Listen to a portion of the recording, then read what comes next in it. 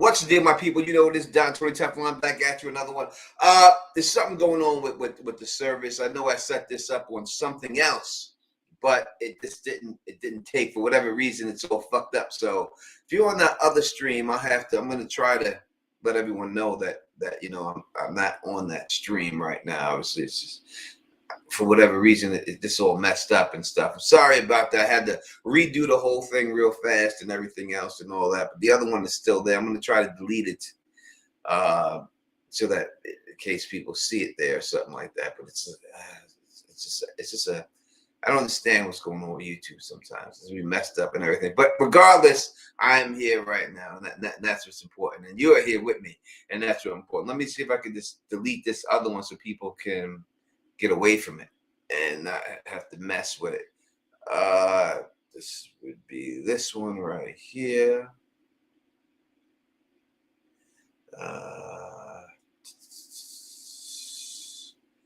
More actions, delete forever. Yes, delete that one forever. Hopefully that does that. And this turns this on here. All right, so that should be happening. But I apologize if you were on the other one and you're waiting for me on that one, and that one is. I wish I can't. I don't even think I can delete it off of. Let me see. Schedule broadcast. This one right here. Let me see if I can delete this one. Yes, so that should be that one. All right, so that one's gone, and now we're on the one should be the one that will current broadcast. All right, that's what's up. Sorry about that, man. You know these services and stuff, they just be messing you up sometimes, and you be getting stuff set up and everything else, and then all of a sudden, you know, it decides that this doesn't want to work and stuff for whatever reason. But I'm sorry about that.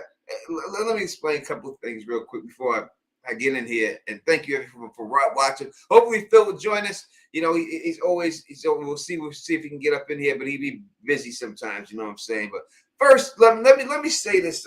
Have you seen something's wrong with my lighting? It's a little messed up today. I don't know why. Sometimes it looks good, sometimes it's fucked up. Right now it's fucked up. So don't be looking at my arms and thinking that my shit is ashy. My shit is not ashy. I'm lotioning the fuck up. It's just this goddamn lighting. It's just all fucked up. All right. So I be seeing it, and I'm like, man, what motherfuckers be thinking that about me? All right, but let's say what up to all you people that are here right now, rocking with. Let me thank you for the thank you for the super chat. Not at all. I mean, I am in a sense, brother, but you know, not not like that dude was. So no, not at all. If you go with that, that's what it is. You know what I mean? But what up to everyone? Let's say what up to Blessed Life up in the building, rocking with us. Fembot is in here, rocking with us. Songbird is in here, rocking with us right now. And Young, Blessed Life. Yes, I am the S man. Shut up, Young Doug. You know, and everything. What up to Muhammad? My brother from another mother up in this place right now. Now we, you know, I am 100% sure. I'm not that type of man. All right, let's go through it and everything else.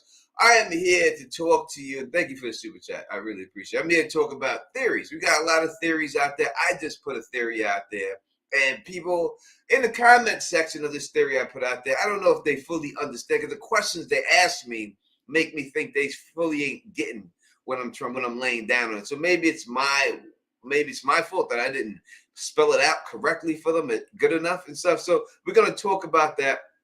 I also want to talk about other theories that people have come up with. If you have any theories, I want to talk about your theories, and I'll give you my opinion on those theories. Any theory is valid. I don't say there's nothing that you could say to me that I would say this is stupid. There's nothing like that. No one knows what the hell is going on.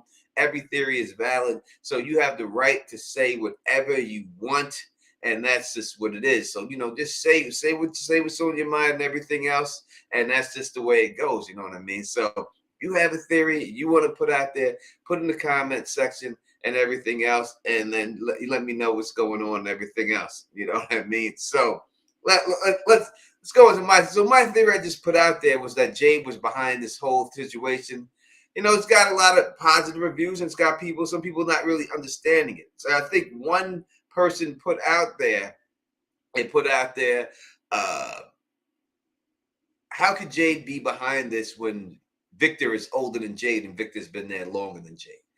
So from that right there, I guess people are understanding exactly what I'm trying to say to them and stuff like that. So what I'm saying is that in the future, that the company that Jade sold becomes a company that gets the quantum physics right and is able to open up a wormhole and use this technology. Now, that doesn't have to be a year from now, 10 years from now. It could be 100 years from now. We don't know. It's impossible to say. But I'm saying that he's indirectly responsible because he is the one who sold this company and made up the algorithm that eventually discovers all this stuff. That's what I'm saying. So how he would be younger than Victor, and Victor's been there. Well, if you're talking about a time traveling aspect, then it didn't matter what exact year it is or anything else like that, or how far anyone would be. So it's a time travel thing. If they went back into time when you're grabbing people out of time, different time zones, and bringing them in, when we look at all of these monsters, it looks like they're from different time periods, right? So if you're grabbing people from different time periods and sticking them all in this one spot, especially when we went through that, when we were going through the pictures and we were looking at the reading what was on the newspaper, it seemed like there was people from different time zones. We had people there that got into a fight with full plate armor, but they were fighting people with guns, right? So it seemed like there was different people come from different time zones and different time periods of life being put in there. So that's what I'm saying. That's how he would be a different age and stuff like that. And I think that that's the reason why he was brought in there at this particular time to help this situation, to help the people escape that wants to escape. Because there are people there that are trying to get out. There are certain. So look at it. We got the human beings that are there, right? We have them. And then we have the monsters or the aliens, as I call them, that are hunting them down, right?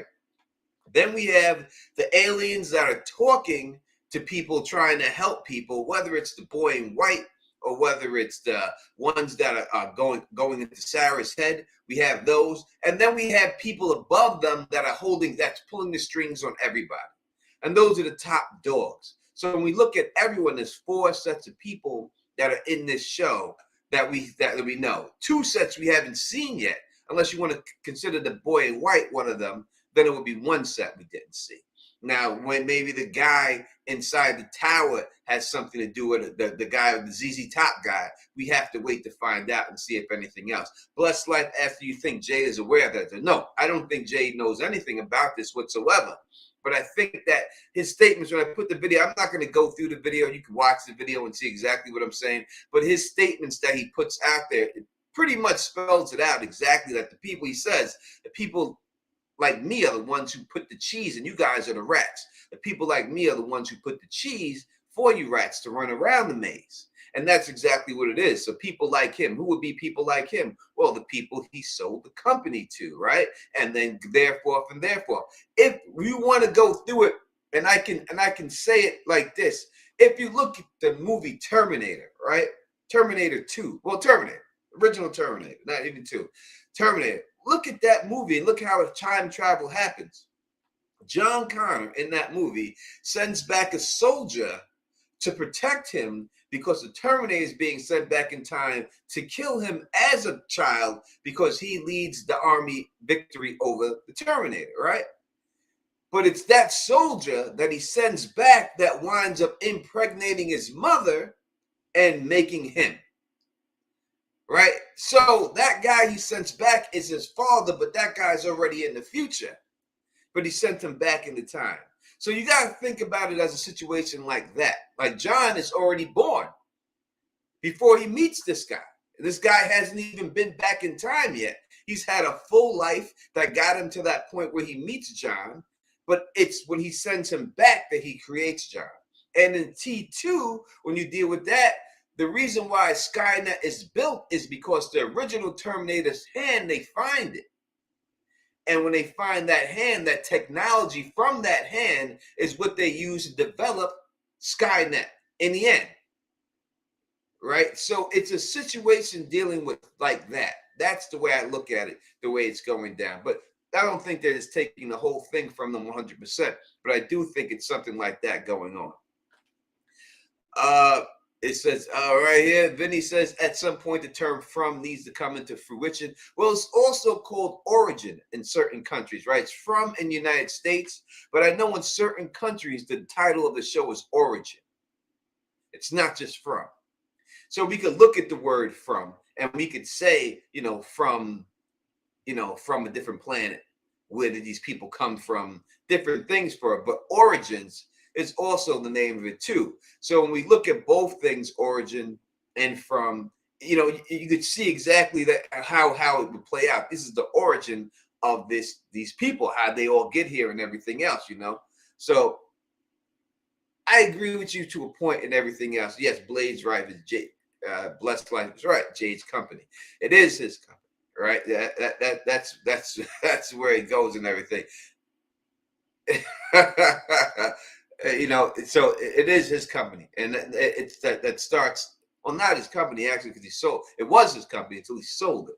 But I think that's what it's going. And again, I'm not going to go through the whole theory. You can watch the video. I'm sure a lot of you probably have watched it, and you don't want to say that and everything else. But if you have any questions about it.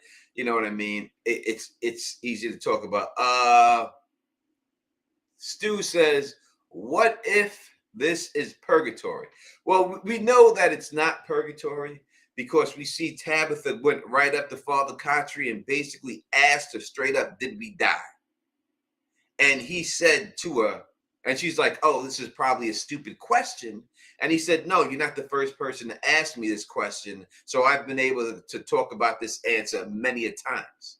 So, and the fact that she brought that up, they're not going to give you what she says and say that's exactly what's going on. She's not going to figure this thing out. The fact that they're saying that and Father Kotri told you no means that that's not what it is. Right? So it's not done. It's definitely not in purgatory. They're not dead. That's not what it is or anything else. That is off the board, I think, in my opinion. Percy Garcia said those kids are in white, just like the boy in white. I wonder if he was captured and escaped. It seems like, when you deal with the boy in white, I do think that he was an experiment. He was captured and maybe escaped, and they're trying to get him. And somehow he's figured out some of this technology that they have. He's able to, maybe they were trying to do some experiments with him. That's usually how stuff goes on. Even when you deal with the Matrix, right?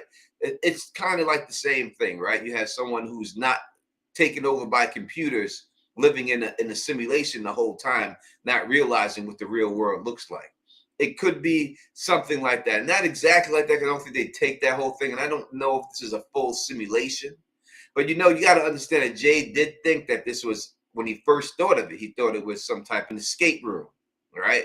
And then after the escape room, that's when he went to the rats and the cheese and everything else. So I don't think Jade's totally off by that. You know what I mean? But as for the kids, they do have the same type of clothes. And I do think the kids aren't bad. And you could notice that by the way Tabitha looks at them. She's not afraid of them. Like when they come out and they show up, and only Tabitha can see them because you see her with her daughter and her daughter doesn't react. and it focuses right on her eyes and then looking straight out. You don't see her daughter screaming or anything. You don't see Tabitha screaming. So Tabitha's not afraid of these kids. So they don't really seem like they're a threat. They're probably there to help too. You know what I mean? So it could be a situation going on like that with her. Let's see what else. Blessed Life said maybe they need their fresh organs, the kids' organs. It could be, it could be some situation like that. And listen, when it comes down to it, let's see, let's go through it right. Here's another question. Chris Mine. It's hard for me to see them when they go up. They're going up pretty fast, but I'm trying. But in the trail, it looks like the music box comes from the place with the chains, not the cave Tabitha's in. Mm.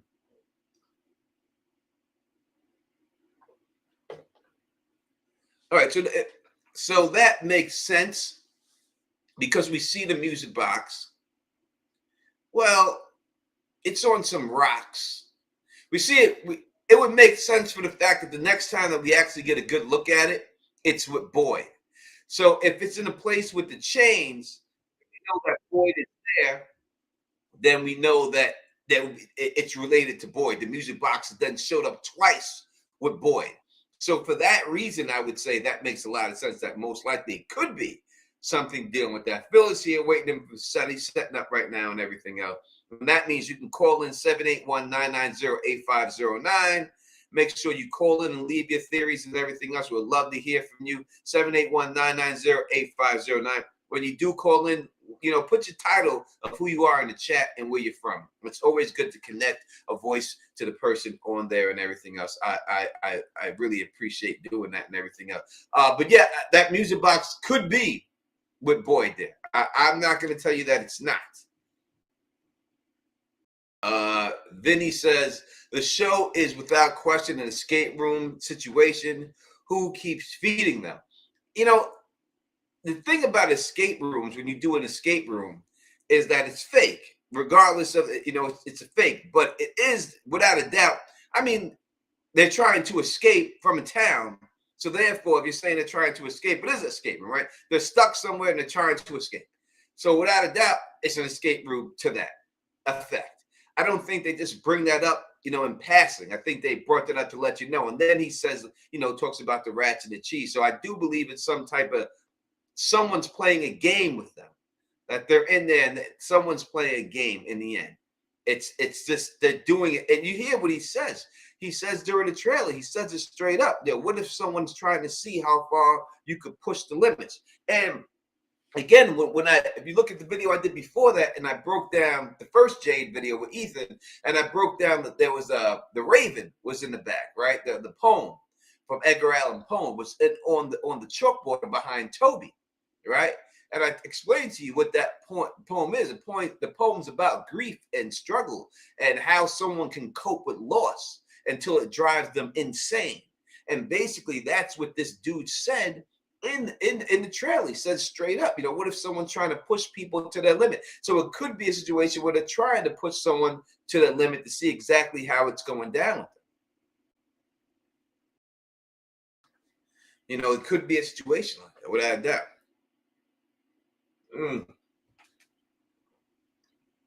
Dave S. He says, theory, it's Jigsaw from the Saw movies and he wants to play again. But Dave, I don't think it's Jigsaw. Jigsaw's dead. All right, so it can't be Jigsaw. It's the Saw movie, I will say without a doubt, is one of the original Saw is one of the greatest endings ever put on film. Regardless of genre, movie, and everything else, it's one of the greatest, and that's a Sixth Sense type ending. It's one of the greatest endings ever. It got a little crazy afterward and everything, but that first ending for Saw is without a shadow of a doubt one of the greatest endings. No one's seen coming. No one's seen that coming. But one of the greatest endings of all time in movie history. Let's take this pistol right here. Okay, so you're saying Jade and his company is behind it, but Jade has no clue about it. So I'm not saying that exactly. So I'm saying that Jade, so the company that Jade sold with the algorithm in it, that company is what is the ones that created the technology to get a wormhole developed. And that's how this. Oh, now you could have developed the wormhole and jumped to outer space and got taken over by aliens when they seen this technology. You know, in the Marvel universe, right? It said that, you know, Thor said that when they seen the Earth reach a certain point, the world knew that they were ready for advanced war. And when Phil, can you hear me? Yes.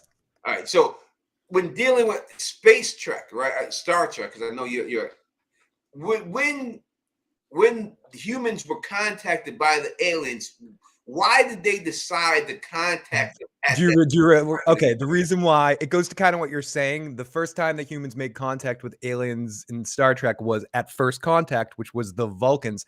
Accidentally, a drunk named Zephyrin Cochrane concocted or almost accidentally invented a warp drive.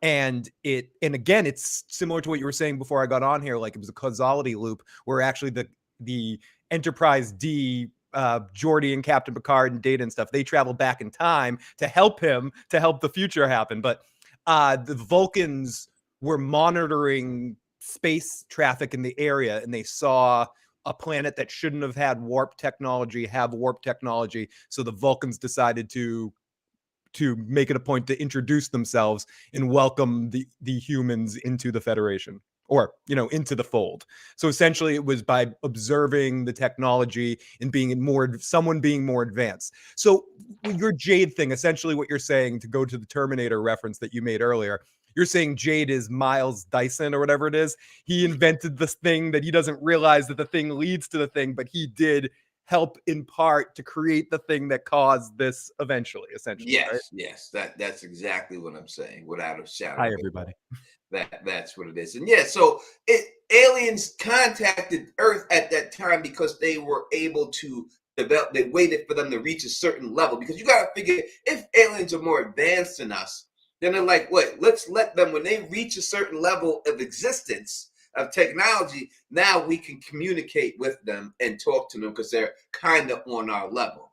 And it could have been a situation like that, that when these people from Jade's company made a wormhole, they could have went to a different galaxy or place where these aliens didn't know nothing about the Earth. It could be a situation like that. And then they went through it, and it made them be able to come to the Earth. And they were like, oh, who are these people? Or it could have been a situation where, you know, you would have to say the evil aliens would have to think of it that way. You know what I mean? That, oh, you opened up a portal to your death. You know, everyone thinks that technology is so good and everything else, but it's not all that good. Again, when you look at that situation, Jade's company that he works for over there is about robots that are able to be self-sufficient, right? You know, and everything else. So that's what he works. That's the company he works for, and everything else. So when you put all that stuff together, it does seem like it's it could be a situation like that. Now, listen, these monsters that I'm calling aliens, we have no proof that they're not robots. All we know about them, from what we know about them, is that they could survive a bullet shot. Bullets don't seem to hurt them. But when you look at it and you say they have the ability to they know everything that everybody's thinking and everything else like that, right? Your picture came on for a second, then it flashed off. Yeah, or it's like, my camera does this every once in a while. This is me shutting off the camera. This is it on. I just have to trigger it turning on. So you may see me click back and forth a few thousand times before my camera comes on. Yeah, but so it could be a situation like that. Dealing with. I'm not saying these people these ain't like cyborgs or type of Terminator type robots that have a flesh appearance on them. But if they were a computer or robots, you know what I mean, they would know this, because you could download the information. In fact, when you looked at like quantum, when I put it up there, and you looked at quantum mechanics, one of the number one things about it is search engine optimization and being able to find people. Mm-hmm. So it would be easy for them to find the exact people they want in here and bring them over there, because they'd be able to find them. If you had a quantum computer access to people, you know everything about them top to bottom. You would know that Tabitha had a son that died in the table. You would know everything. You would have access to all these things, that you would be able to make that exact bracelet that she had on the computer. You'd be able to make that and put that in that room, knowing you were bringing it to that room. You'd be able to do that. It definitely sounds plausible, but I'll just say what a couple people in the chat have said, because what you're saying makes sense to me, but it makes sense in and I'm going to use it as an adjective here, or a descriptive way of saying it, a Westworldian way. It would have to be borrowing a lot from Westworld in that case, because it does kind of sound a little bit like that. It definitely sounds plausible in what we've seen so far. But as Steph Snow said in the live chat, I've seen a couple other people say it. Is anyone concerned that if this is the case, the creatures will be too similar to Westworld robots? It wouldn't be the same, because these are big creatures that are eating the shit and killing people. The Westworld robots weren't doing that. That was a whole different situation. But it would be a similar type of person, like a Westworld person. They could be that. I'm not saying, I don't know if they are or they're not.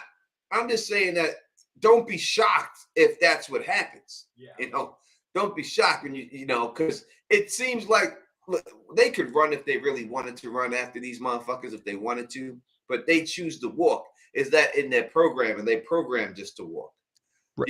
It seems like when like I said, when the Smiley Monster was there, he didn't confirm or deny it, but he knew I figured out something, because his monster is always touching and rubbing his hand on shit. Like he runs his hand down the banister, he touches it like it's the first time he ever felt anything like that.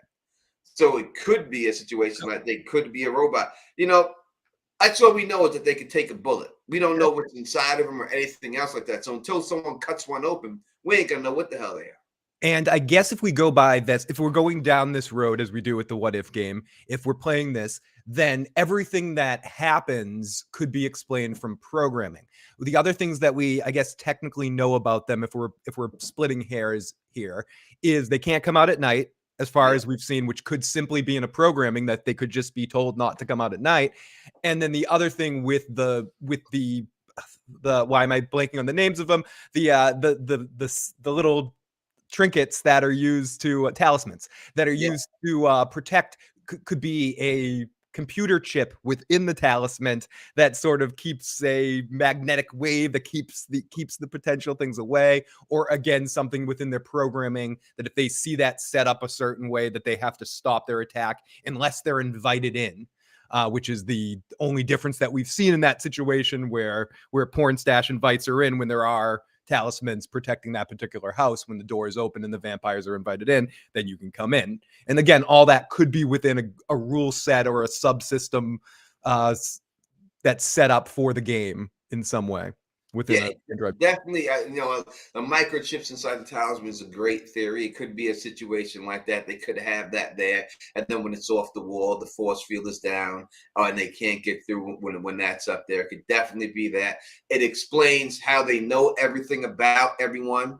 They could easily be fed this information. It would explain how the voices are there and how they can mimic voices. Because listen, you can get on the computer right now and type in shit and have someone from Britain read it back to you, right?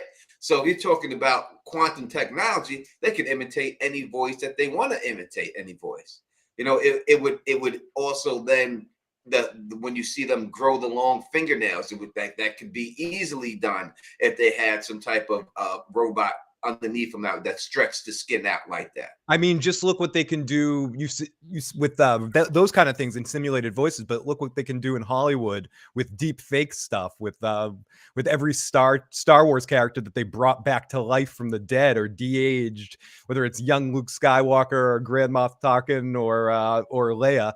And they may look a little bit computerized, but that's now in this technology. Imagine how good that deep fake technology is going to be 30 years from now. We're going to see brand new movies starring James Dean or something. They're just we'll never not have a Tom Cruise movie. Even after he dies, he's going to sell his likeness to the estate, to Scientology, to make Tom Cruise movies for the remainder of humanity. They're going to exist.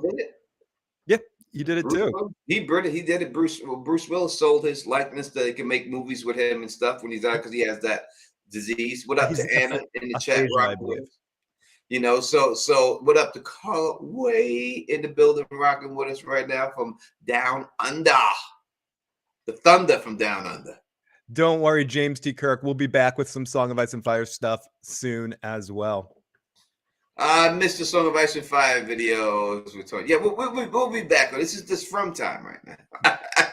We're in the off season. Speaking of which, Tony, we do have a couple of voicemails whenever you're ready. Let's take them right now. Let's take one. Okay, this is from area code 61. I don't know why I said it like that. 616. Hi, this is Angel from Michigan, and I was calling because I did watch your video theory about Jade, and you know that his company is somehow involved with their current situation.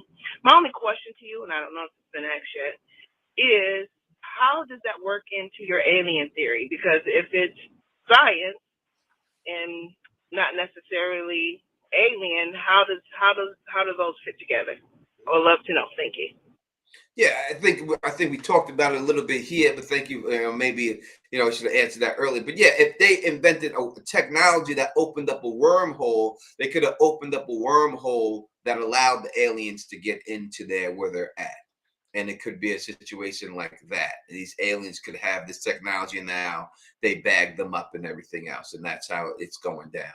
And so it easily could be worked into the aliens that way. So that's the way I would think of it. Some aliens, they could have just came in there and bagged them up. They opened up a wormhole that they should have never opened up, and these aliens came back. Or it could be a situation where it's not aliens and it's just robots. The technology, the robots took over and just started wiping out mankind. And it could be a situation like that. It could be a two-way situation where they opened up the technology with the aliens and they tried to use the computers, the robots, to save them from them, and they lost control of them. There's so many ways it could go. But for my alien theory, I would think that it would go like that. That they opened up a wormhole that they should have never opened up, and it allowed access to an alien race to this planet, and now they're just playing games with them. And area code 207. Hi, this is Chris. I just made the comment about the music box coming from the place with the chain that Boyd's in. I'm not sure if you know what an oubliette is, but I think that Boyd might be in an oubliette, which is some I do not.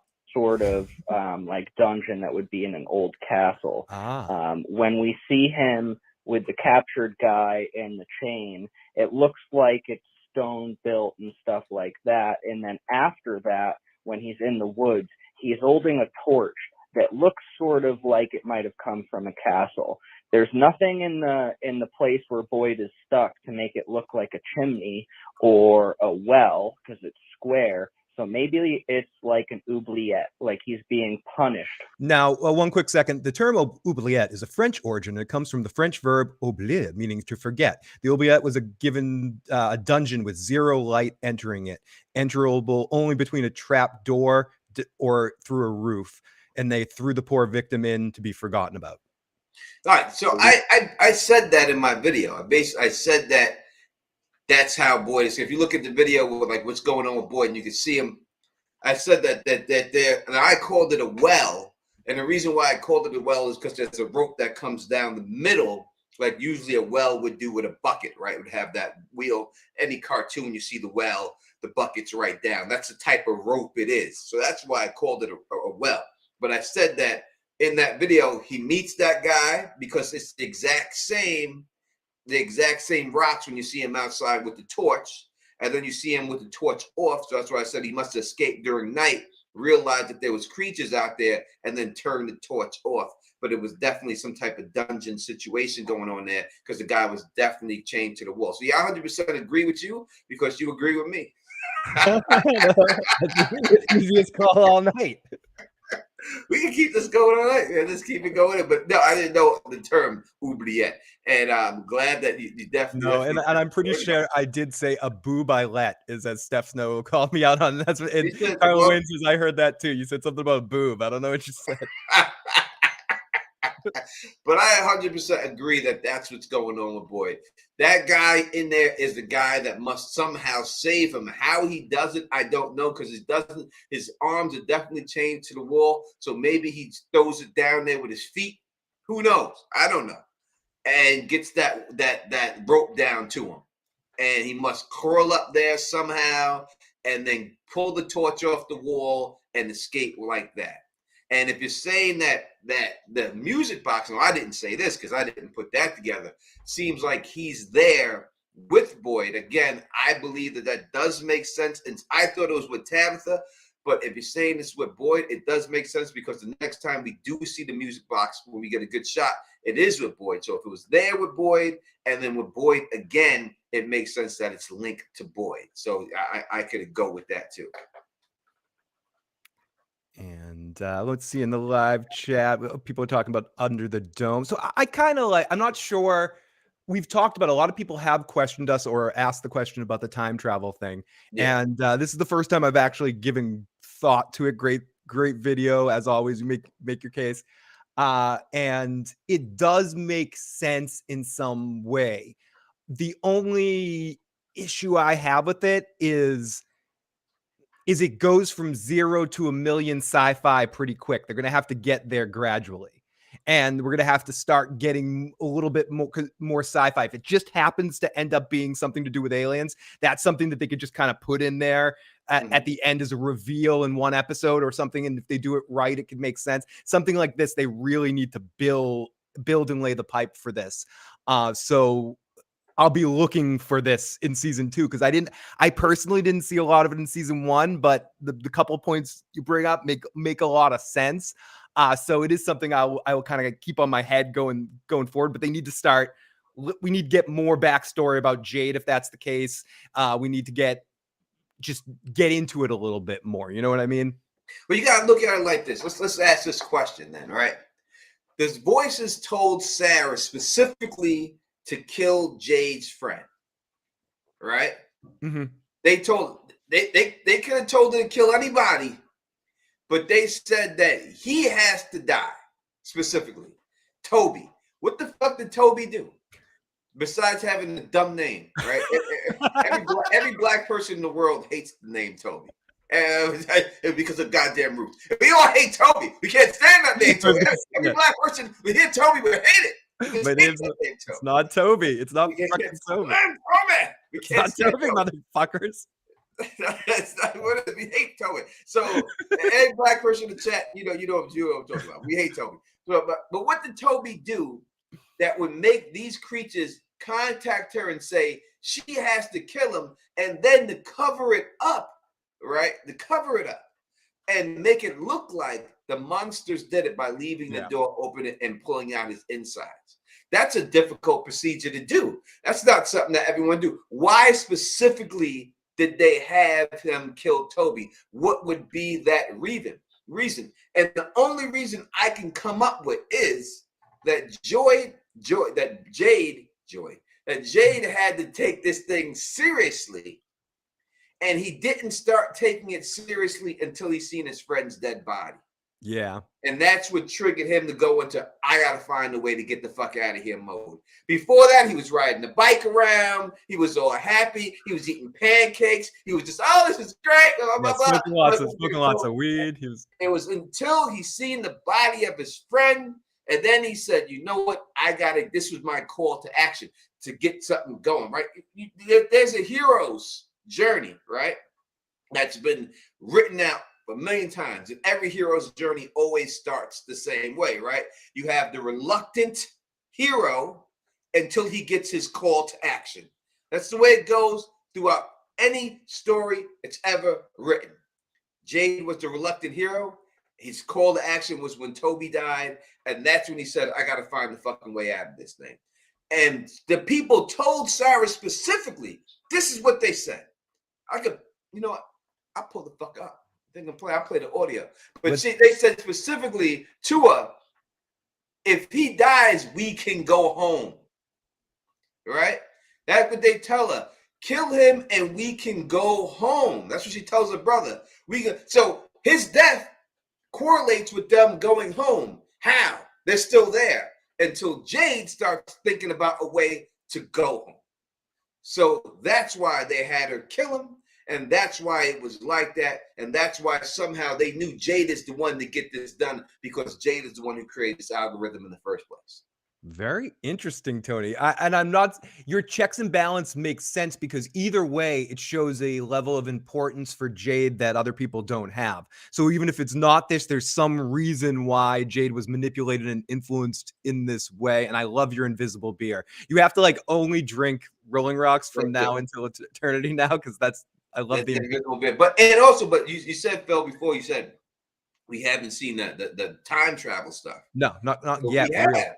With Jade, we've seen the Civil War soldiers from different time periods attack Jade, right? So we have seen. My only question about that is, could that be like, I was just gonna say, like when you go to a historical recreation, that they're just that all the monsters were created at the same time and they just dressed them in different outfits or something like that. I don't think that that they dressed them all different. This is a specific thing. It's true. I mean, you're right. Come down and chase Jade, and it specifically goes down to Jade with the Civil War soldier. No, the Union Civil War soldier, not the Confederate guy. They had the Union soldier come and stab him in the stomach. Red Lipstick Club Anna says, I still think it's a total recall situation. But Tony, you are right. I was just thinking of a possible other explanation of that situation, but it does seem like that was some form of time travel or connection. What up, Jackie C? Could the guy on the radio be one of the voices Sarah hears? There's something up with that guy. We say it every time. I don't know what it is, whether he's the mole or whether he's just an asshole. It just happens. Seems like two different voices. You asked me on that thing. It definitely sounds like two different voices. I would agree with you 100% on that. Someone asked if we saw the show Sliders. I not think I've seen the show Sliders. I did, but I don't remember. But I definitely did. I don't remember, but I did. Toby could have solved it all, but he had to go. There was a reason. Blue Water says, at the bar, advertisements, stress smooth. All right, so if that's the case, but why did the voice then say, if you kill him, we can all go home? If they're trying to go home, right? So this is my counter to your point. You just said that if Toby survived, he could have figured it out. Well, the voice told Sarah that they're trying to go home. They've been trapped there for a long time and they're trying to get out. And if you kill Toby, we can all go home. So that would contradict what you're saying, because then they would say, leave this motherfucker alive because he's going to get us to go home. But they specifically said that they have to kill this dude for them to go home. Right? So that's what it is. Blessed Life says they lied to her. We have not seen them lie yet to her, because when it's not a misdirect and it's not a lie, because when she was confronted by Father Khatri, they forced her to draw something to prove to Father Khatri that she was telling the truth and they were telling the truth to her. She didn't want to draw it. They forced her to draw that to let them know, I'm not lying. We're telling you the truth. And this is our proof that this is us telling you the truth. We're on your side. So they would have never done that. So it wasn't a misdirect and it wasn't them lying. They're trying to, or that whole scene for Father Khatri does not work in telling the story. They did that to let you know that these people are actually captured. There's some people there that are captured by something above them. Yeah. And they're trying to get home too. And that Sarah is not crazy. And that's what that was also to let you know. Sarah's not crazy. She's saying these things. Let me try to bring up the Father Khatri thing. Now, you just touched on something that I'm curious about. Do you feel like within the way that the Highland, the way that the town works, do you think the monsters / aliens are stuck there as well? No, I think they're there as pawns. As pawns, okay. It's to whatever the higher power essentially is. They're pawns as well as the people. They're the dirty work, the foot soldiers. Steph Snow asks, why are the kids' clothes dirty, yet the creatures stay crisp and clean? We talked about that a little bit on, I think it was the trailer stream, as Tony's looking up for stuff. I don't know, but there's obviously a reason for it. Tony mentioned earlier tonight as well that we don't know that the kids are necessarily bad. Tabitha didn't look as scared by them. Perhaps they may look like that way, but they escaped, or they're trying to communicate to get Tabitha to help them and get them away from the other part. From my speculation is that this is how the transformation happens. When they get children, they transform them and they look like this as children, and when they get to a certain point, they become the controlled creatures that we see later on. They have to grow them to that, and this is what they look like early on. That's my speculation, rather than they're a completely different level of monster. I think they're trying to turn these what used to be real kids into eventual the creatures that we see, like Smiley and all the rest. Can you hear this, bro? No. Huh? No. Let me see.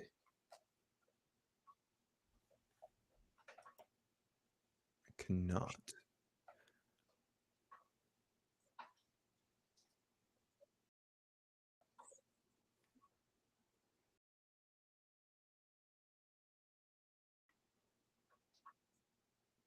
I barely hear it, but not really.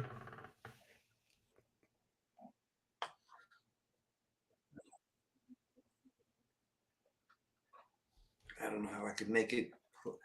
I don't want to play it with. Put it on the stream and then play it, and you can hear it. Then they'll show it. Yeah, and then they'll block it and stuff like that. And they'll block it and everything else. I don't know why it won't let me hear it. I wonder why. Big Daddy says, "Is that the sound of my breaking heart? My heart breaking?" Fatima is totally sus. I don't want to believe it, but I said that last time too. I think she may end up being our mole. She's my pick for the mole. Let me see if I can just boost it up and just try. I'll try to put the microphone right next to it. Let me know if you hear it.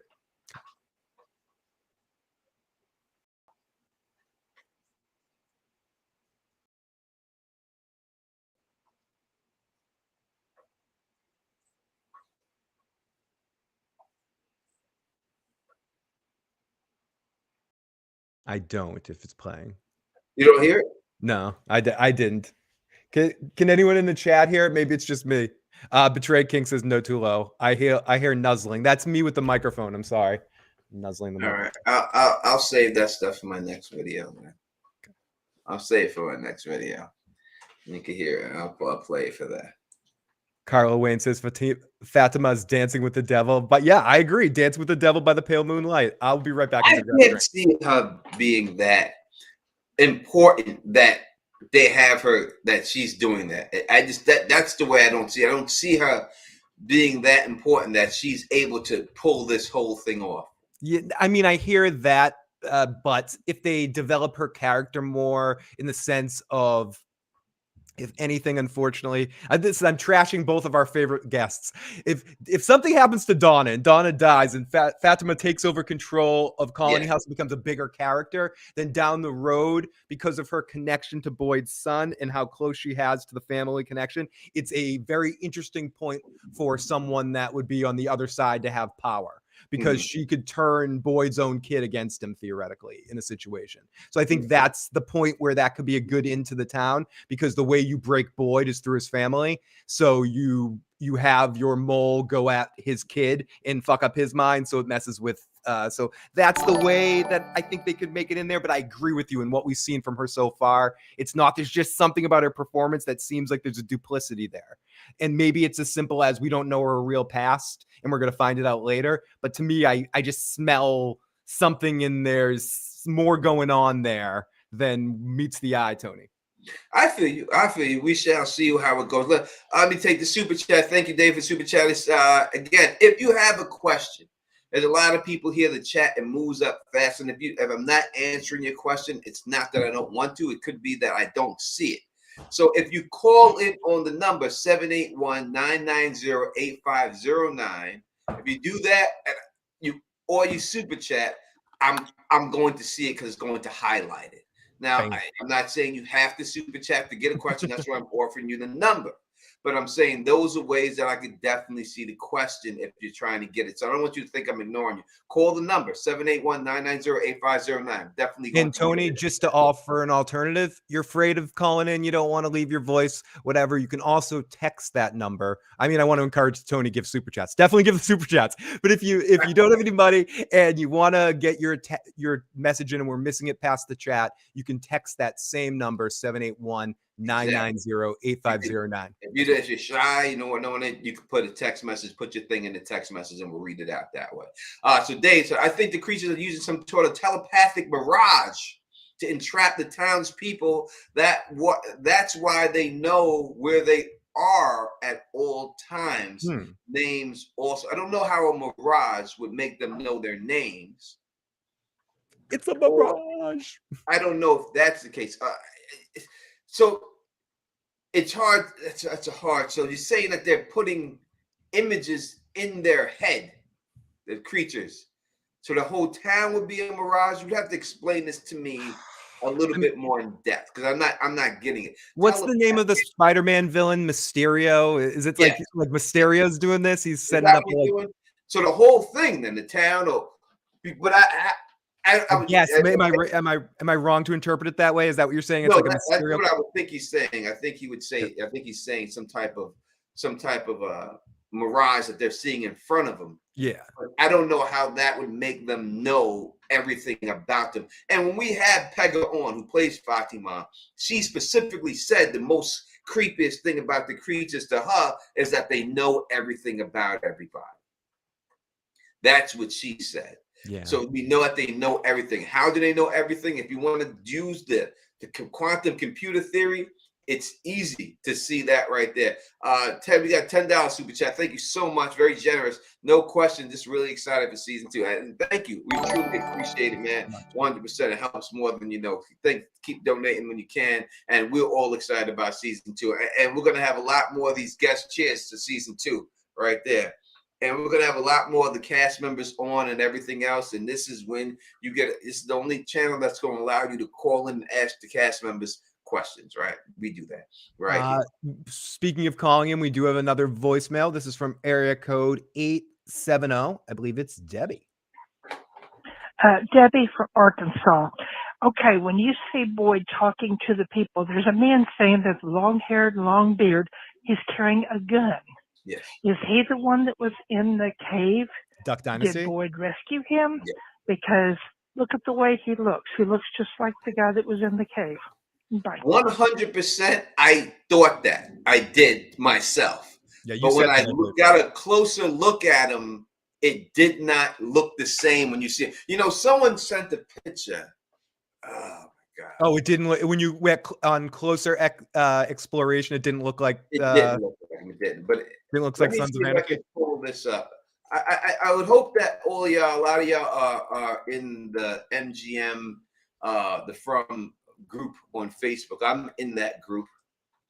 I don't think as well. Public. There's 2 of them. There's a public one and there's a private one. I'm in them both.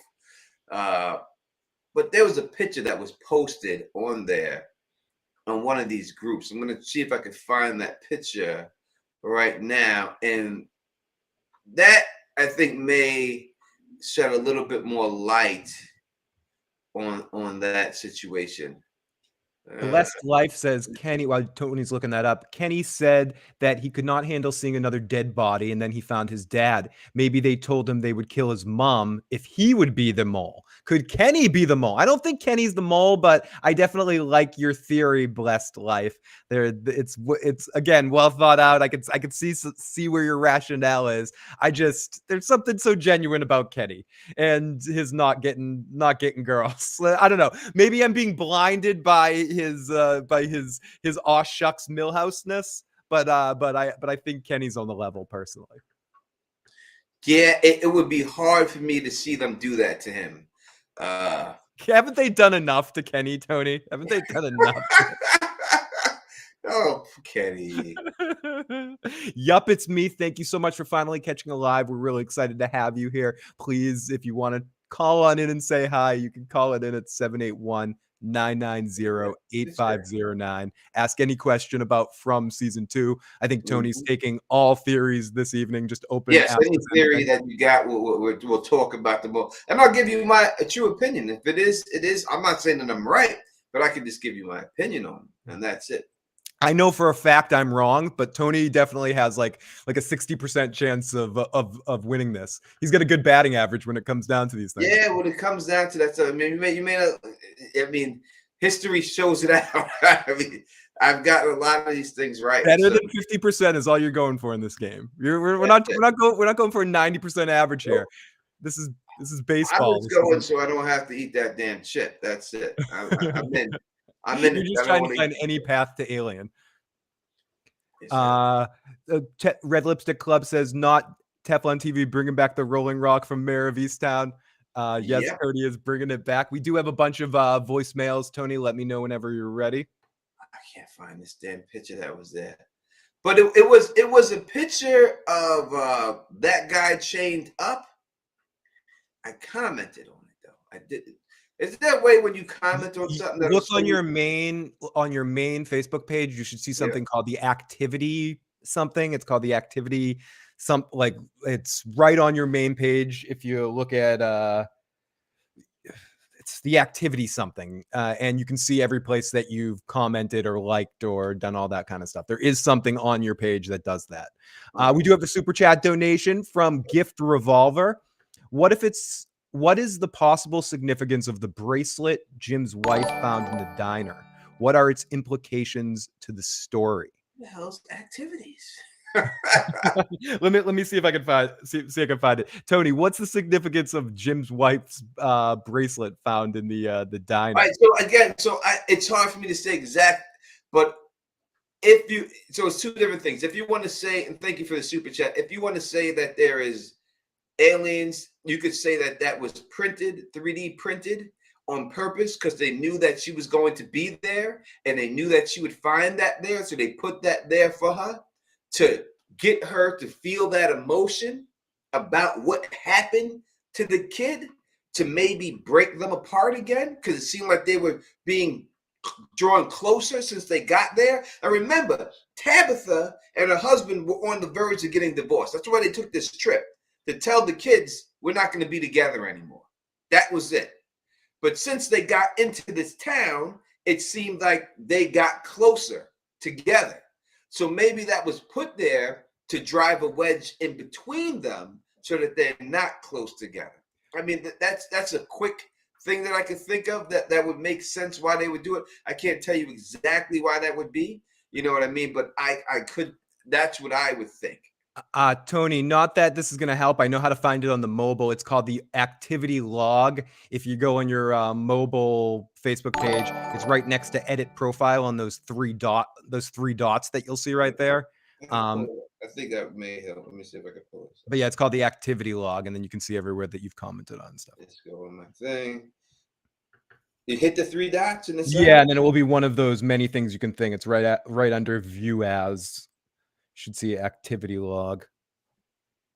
Oh, you hit the three dots and it says that? Yeah, 3 dots will give you like this menu of shit. All right, I got it. That's in that one. Does it show me everything?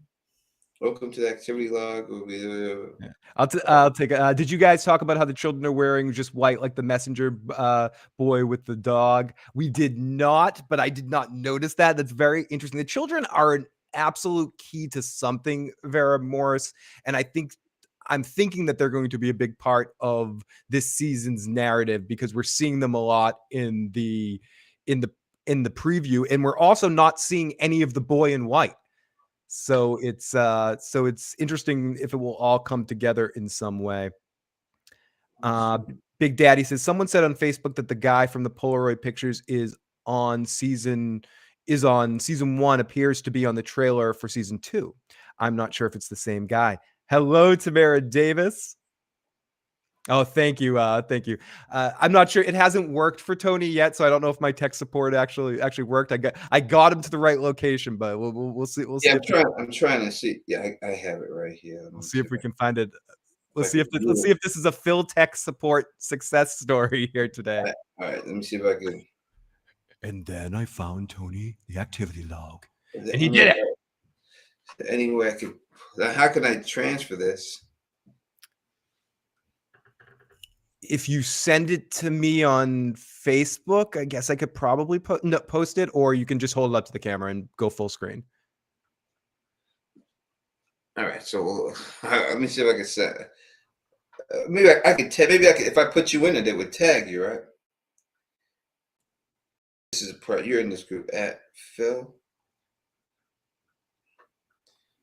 All right, so I just. Oh, you're not a member of that group. You're in a different one. Yeah, I think I'm in the regular one. The private one. Yeah, I'm not cool enough for the private one. Wait, let me. All right, so I'm gonna. It's gonna take a second. I'm gonna do it. You hold it down, Phil, while I do all this. Okay. So Victor survived the flood the first time. Maybe he can save them, or at least some of them. It's certainly possible. I wonder what's going to happen with Victor this season and what Victor's agenda is going to be disclosed at one point in time or another. I mean, it seems like Victor's trying to do good things, but he's another one that theoretically possibly could be shady, or he could be up to a lot of different things. I'd be very curious to this talk. Will be worth it when I'm done. I promise you. This give me a second. Oh no, you're asking me to do the one thing in the world that I can do better than most, and just talk. You're telling me to talk and waste time. Come on, why don't you ask me to like swim on a 90-degree day, Tony? Allie Boy says, so did we all get MGM Plus? We need 2 months to see all the episodes. Absolutely, I'm going to be getting it. I believe the lovely Miss Steph Snow, who's in the chat right now, figured out that you can watch season 1 on MGM without an account or with an account for free right now. So you can catch up on season 1 before you purchase MGM Plus for season 2. So that gives you a little extra time for free trials and such. You watch the whole season right now for free. Yeah, as Steph Snow was told me the other day. So Victor is seeing all the eyes of the story. Okay, I see, fellas. Thank you. I was curious about why there was a focus in an episode. Gift Revolver, you are very welcome. Please keep joining us all season and ask as many questions as you want. We do have a couple of voicemails and text, but I will get to those in a minute when Tony is. Right, yeah, I've got it right here. So let me just pull this up on this. Let me share it. Perfect. Because we're talking about the guy with the ZZ top, and I'm doing this for you, Shorty, who picked that up. So let me share this real quick with you so we could all see this. Because you said it looked like that guy. Someone posted this in the group. It was not mine. So I'm just going. He's the one who brought this up, so I don't want to take credit for it. But all right. So we look at the ZZ Top dude, this guy right here, and he posted this picture of Jim right next to him. I would have to say that they do look similar. What do you think, Phil? I definitely see it in the eyes and such. I'm trying to. I wish I could draw a beard on Jim, but I can see it. I can see it. Do they have the wrong? I'm looking at the eye, trying to see the eye color. Jim has blue eyes. I guess it's too tough to tell in that picture if that dude looks to me like he has brown eyes. That's the only difference. But I mean, the cheekbones kind of look there. The cheekbones look, the facial structure looks, but obviously he looks thinner, more narrow, but that comes with a beard. Anyone who's ever grown a beard, it makes your face, for me anyways, it makes my face look thinner.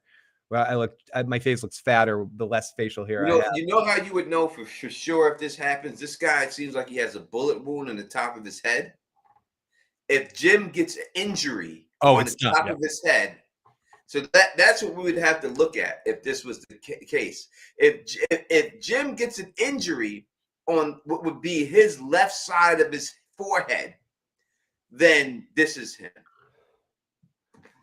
Steph Snow, who I believe is a stylist or some sort, does makeup styling and stuff. Similar, but not the same. The nose bridge is different. Looking very closely for Miss Steph Snow, but definitely similar. They look like they could be relatives.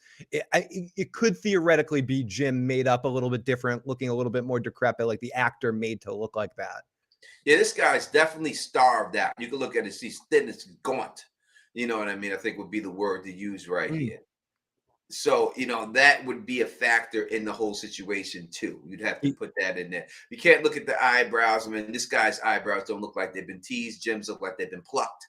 right? So this guy looks like he should be in a jail cell in a Metallica video, like making clay sculptures or something. You know, he looks he looks like a creepy dude from a '90s alternative video or something.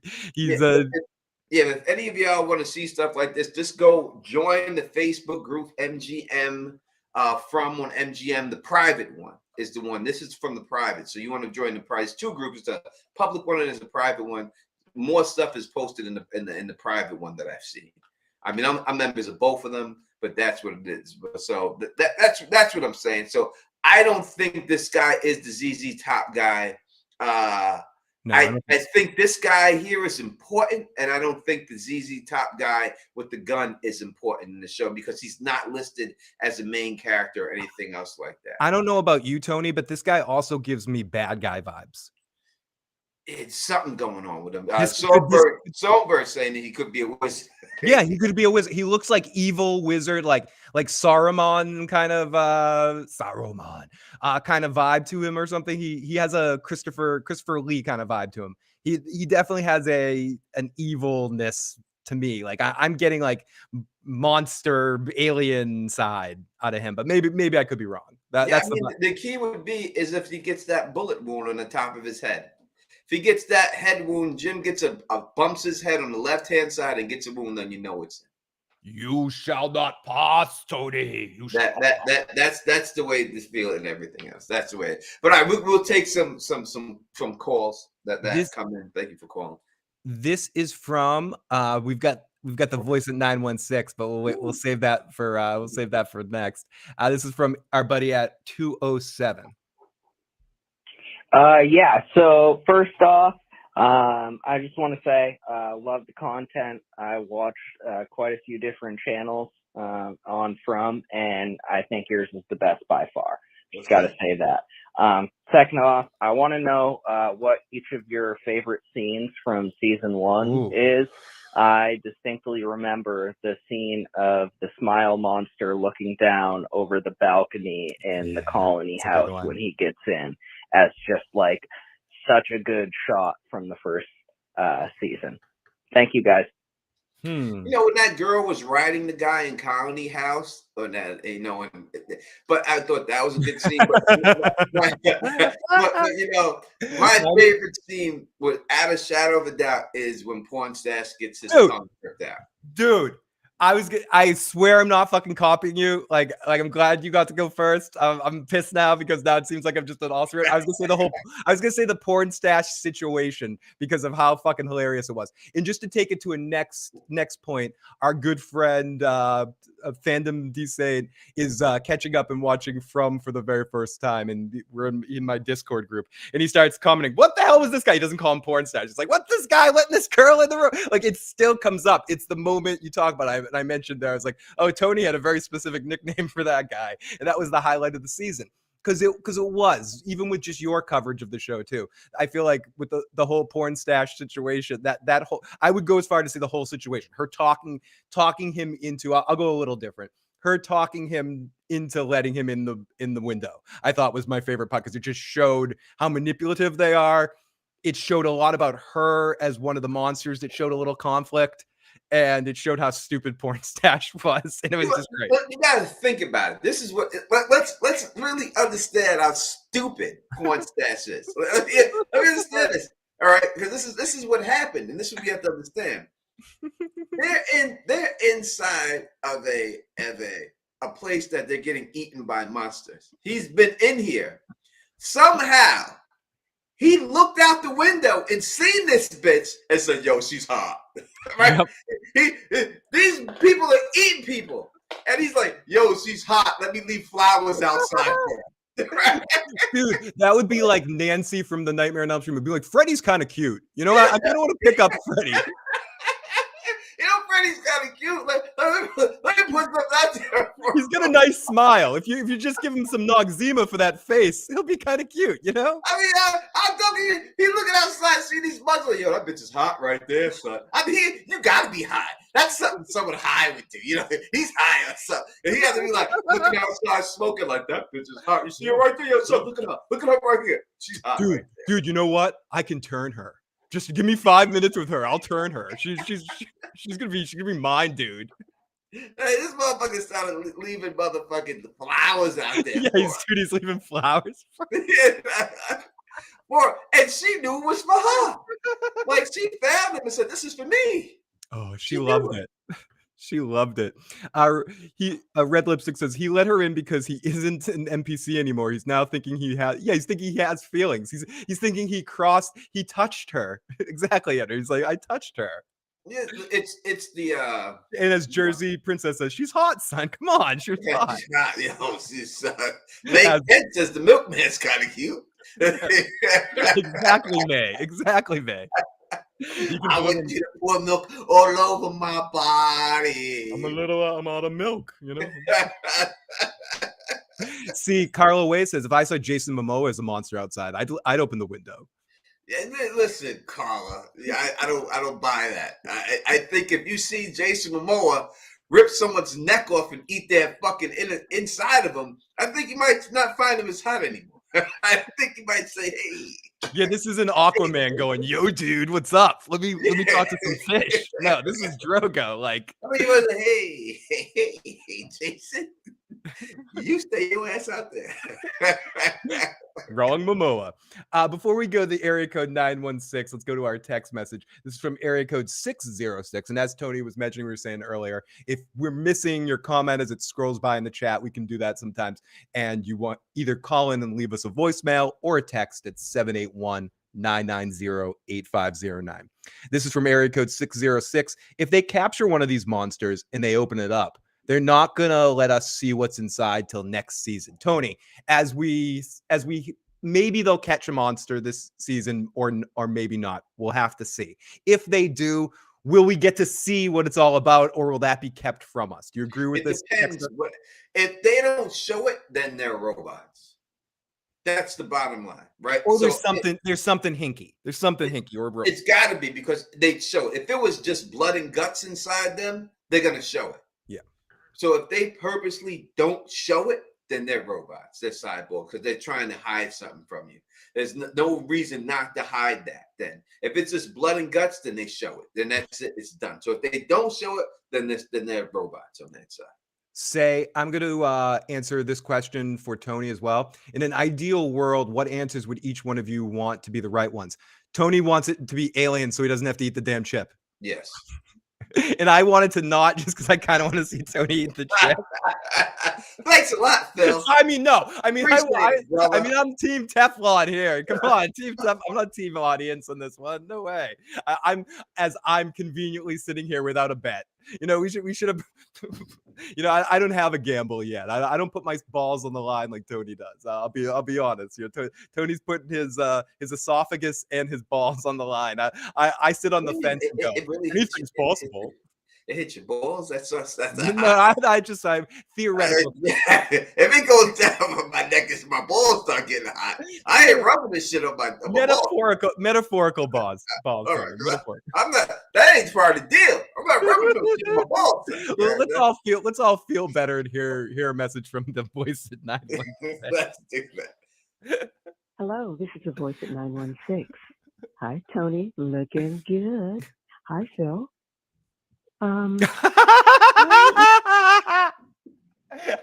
Thanks, voice at 916. Let's hear that again, because I owe Tony that from me getting hard on him on the chip. Let's see if anyone can figure out what we're talking about here. Listen to the silence.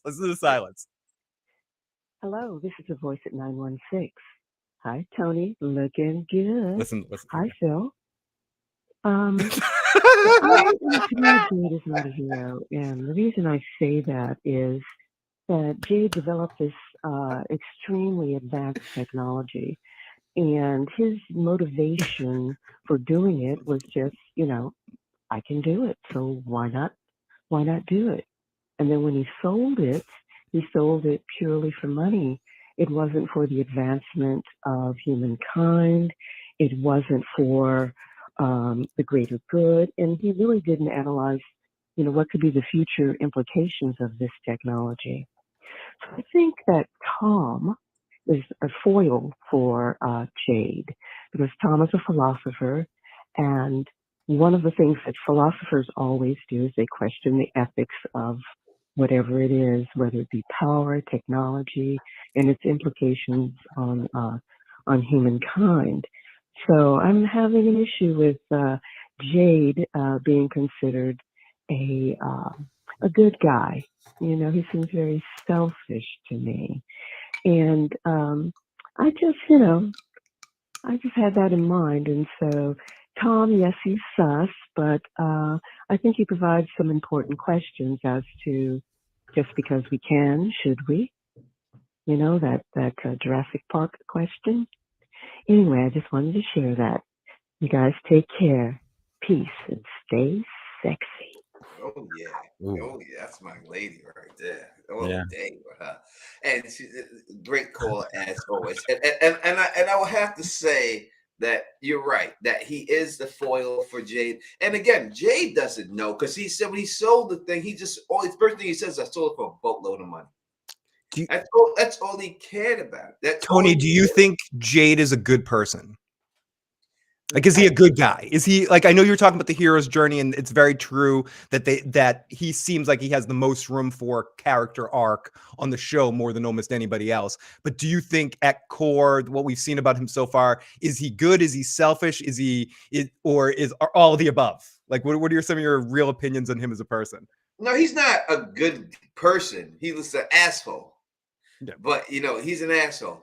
But he's going to, you know, find his way to solve this thing. But seems like as a person, he'd be a snobby person who would look down on people because he has more money than them, and he's smarter, and he considers himself smarter than them. So he's more of an asshole. So I don't think he's a good guy. And what up to my lady, Captain Obvious? I love you so much. Thank you for stopping by.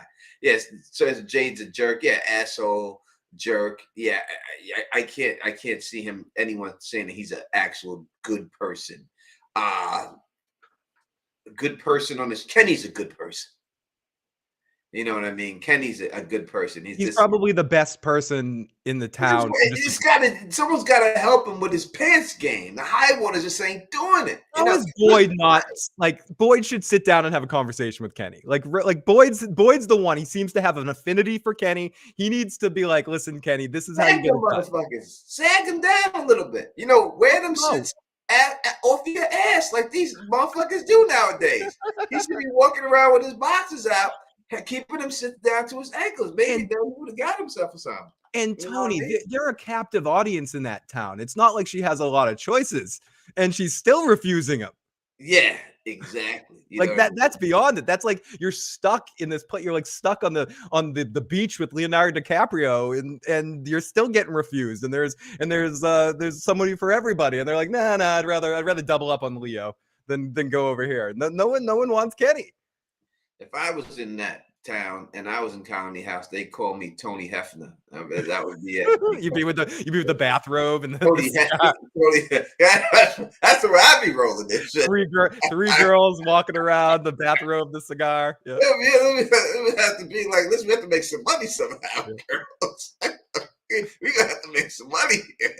A different kind of Colony House. I get it. Listen, hey. Kenny, we gotta get paid up in this bitch. Listen, Kenny, 5 corns a cob. You know, you'll get what you want. Kenny would have got himself some. Then Kenny would have got himself some. Tony, that is your new name. We got DJ Better. We're talking about the TV show From DJ, and if you've never seen it, you should definitely check it out. It's free right now on MGM Plus. All right, so Chris Myers, do you think a headshot would kill a monster? No. We haven't seen him hit directly in the head yet, I don't think. But the way the bullets seem to ricochet off him, again, it serves to the theme that they could be robots. The way they ricochets off them. And it hits him and it just stuns him for a millisecond. You know what I mean? And that's it. And then they keep coming after that. So, and we don't see any blood come off their body. It's not like they get hit and all of a sudden blood splatters. You know what I mean? No. That's another thing we have to see about it and stuff. Someone says, what if you cut off their head? You know, in one of the pictures, they do show someone holding an axe.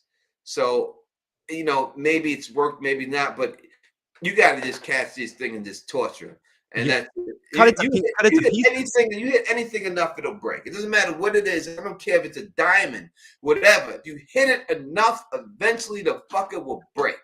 Tony, if it bleeds, it die. If it bleeds, we can kill it. We can kill it. We can kill it. Area code 606. Sorry, that was horrible. Julie was freaked out by Victor all season. And then all of a sudden, during the party, she goes to Victor's room. If she was so freaked out by him, why would she go there? I think it's because she had to, Tony. Did she go there because she had to? I don't think she had to. I think that, they don't show everything that happens 24 hours a day on the show. So I just think that she got more comfortable with him as time went on. Yeah. You know what I mean? And she just went up there because she knew that that was a spot she could be alone. Like Sansa with the Hound. Like eventually Sansa was freaked out by the Hound, but eventually realized that he was most harmless of all the people. You're not gonna hurt me. You're not gonna hurt me. She thought in the beginning, listen, when you sitting there sleeping and you wake up and someone's fucking, someone's drawing a picture of you, some guy that looks like he's, 40 years old.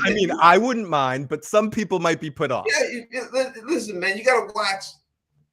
Honestly, and Phil knows you got to watch white people when you fall asleep around them when you reach a certain age, especially in college. Dude, I once woke. I don't. We don't have to go there, but I on an after dark, I got to tell you a couple of stories. I'll go through some shit. Tony is not wrong. I told motherfuckers straight Lock up your too. doors. I told them, I was like, listen. Don't ever think we're good enough friends that you could do that shit to me. Because I seen them do shit to other people, and I was like, we're not good enough friends that don't ever think that our friendship is going to save you from the ass kicking you would get if you did that to me. Tony, you and I could become blood brothers. We're never going to be that close. No, we're never going to be that close. You can't do shit like that. Never. So you gotta watch this. So maybe she was thinking some shit like that when she seen him leaning over him, writing and stuff like that. And then you also have Fatima tell her, listen, he's creepy, but he's harmless. And there I said, when you go around, so I think it's more of a situation like that. She knew he was out of the way. She knew that he was up there, and this is when she just got turned down to kiss Fatima, right? So she was embarrassed. She didn't want to be around anybody. So she ran upstairs and let me just go hide out up here. And Tony's talked about this in other times too, but Percy Garcia, good question. Are Victor's drawings past, present, or both? And a couple of people in the live chat have said past, present, and future possibly. So what do you think? We know that they're in the past.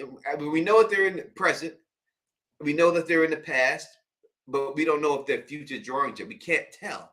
We can't tell when he actually drew them. Did he draw them because he like was it a Sarah situation where he's getting the visions to draw it and they're telling him to draw it? Or did that stuff happen or not? When you look at the couple of pictures, it looks like, especially in the beginning of the credit, it looks like stuff that happened later on. Like, yeah, like the flood and stuff. Like you think that the flood is future. Like if which I agree as well. That's a point that we will see a flood, and if that's the case, then that is the future. Yeah, I think they're going to get flooded out before the end of the season. I guess we saw the spiders in the pictures before we saw the spiders. Yeah, we did see the spiders in the pictures before. So I guess at a point in time that was showing the future because we saw the spider pictures before we actually saw spiders, correct? So, yes. So that's an example of actually seeing that they did show a future event. Let me say what up to Big Daddy's in the building right here. Let me say what up to Emily Siegel up in here. And let me say what up to Too Grown For You up in here. For who? Who are you too grown for? You too grown for me? Wait, let me look at the picture and make sure it's a woman. Before I say that. Teflon TV. I'm just playing. You know I'm joking. I'm a joker. I make jokes. It's a comedy stream. This is informative. We may not be funny to everybody, but we're trying. I'm the ass man. He's wearing an ass man shirt. He's wearing the Frank Costanza ass man shirt. We know Frank Costanza is the ass man. You're ass man. No, Kramer was the ass. No, Costanza. I'm the ass man, Kramer. That was it. Kramer was the ass man. I know you, ass man. Oh, I love it. Why are you all hating on the bartender? CJ asks us. He didn't do anything wrong except cause a little ruckus at the diner with Kenny's mom. So could we be we were talking about this a little bit in the last stream. Is the bartender too obvious to be a mole because and just an asshole that, as Donna puts him in his place so many times, he's just an asshole? I think he is what Jade said he was. In the bar room scene when he's there, he said that you people in here are just rats in the maze, content or nibbling on your cheese, but not actually finding the way out. He didn't say those words, but that's what I'm saying. I think that's what he is. He has his bar room. He's been there for a certain amount of years. He's succumbed to the fact that he ain't getting out. He's making his liquor. He's happy. He's content. Not just happy, just content. Like, this is it. This is it for me. And that's the way it goes. I guess you could say he's institutionalized. I mean, you could say that for most of Colony House too, right? Yeah. For the whole town. For everyone there. No one's been trying to get out. Except for the people that are in the town, right? Like, except for they weren't trying to get out. No one tried to get out until Jade started looking for a way out. Yeah.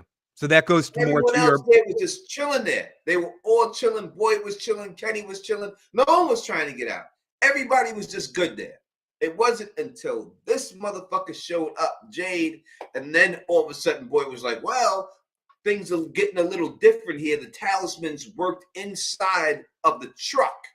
So now maybe I can go out further into the forest and use them out there. Right? I'll put all this stuff in my next video to lay it all out for you. So make sure if you're not subscribed to Teflon TV right the fuck now for all season of From Heroes Gaming. From is a Lost prequel. If I see those damn numbers, if I go around and look at the houses in the town of all of our main characters, if they happen to be the numbers from Lost, if I figure that out, that would be a good addition. We do have another text message from area code 870, Tony. I've heard this question a lot, but I can't remember if we've talked about it. How come there hasn't been any births in towns? Could the monsters be a slugh, a slug? I don't know what that word means. What does that mean? Birth control? The monster is what? The sponge? Is that what? Yeah, could be a sponge. Sponge. Are they sponge worthy? Are the monsters sponge? That could be sponge worthy. No, I think I make a great case for being sponge-worthy, Tony. I believe in foreplay. I believe in I would say that we have asked that, and I don't understand why there's no baby in there. Yeah, there's no baby. I don't know. They ain't got no condoms in there. I don't know. Listen, they could be condoms. There's peaches. There's cans and cans and cans of peaches. So there could be condoms out there too. There's condom dispensers in the bathrooms. There could